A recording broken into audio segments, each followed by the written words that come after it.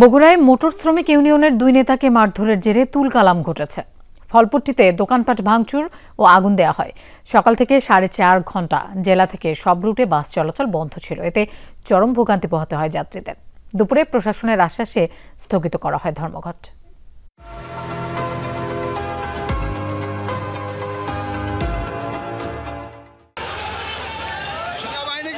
বেলা 11টার দিকে বগুড়ার station road এলাকা হঠাৎই উত্তপ্ত হয়ে ওঠে। মোটর শ্রমিক ইউনিয়নের দুই নেতাকে মারধরের জেরে ফলের দোকানগুলোতে ভাঙচুর ও আগুন দেয়া হয়। পরিস্থিতি নিয়ন্ত্রণে ঘটনাস্থলে পৌঁছে সেনাবাহিনী।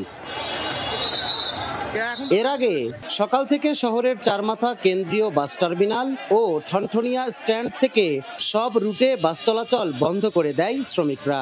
আগাম ঘোষণা ছাড়া বাস বন্ধ করায় চরম দুর্ভোগে পড়েন যাত্রীরা। নওগাঁ থেকে আসতেছি, এভাবে কাটা ভাবে আসতেছি, বাস পাইনি। সকাল থেকে আমি পাবনায় যাবো বুঝলেন, আমি সকাল থেকে এই জায়গায় দাঁড়িয়ে আছি, কিন্তু একটা গাড়িও আমি পাইনি। পরিস্থিতি নিয়ন্ত্রণে শ্রমিক ইউনিয়ন কার্যালয়ে বৈঠকে বসেন পুলিশ ও প্রশাসনের প্রতিনিধিরা। হামলাকারীদের গ্রেফতারের আশ্বাসে ধর্মঘট স্থগিতের ঘোষণা দেন শ্রমিক নেতারা। 4.5 ঘণ্টা বন্ধ থাকার পর শুরু হয় বাস চলাচল। আসামিদেরকে গ্রেফতার না করতে পারে তাহলে পরবর্তীতে 3 দিন পর আমরা কর্মসূচি ঘোষণা করব। সেই ঘোষণায় উত্তরবঙ্গের 16 জেলা ইনক্লুডিং থাকবে।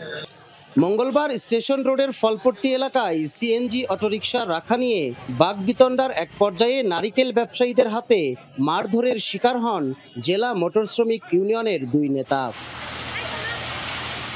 মেহেরুল সুজন, যমুনা নিউজ, বগুড়া।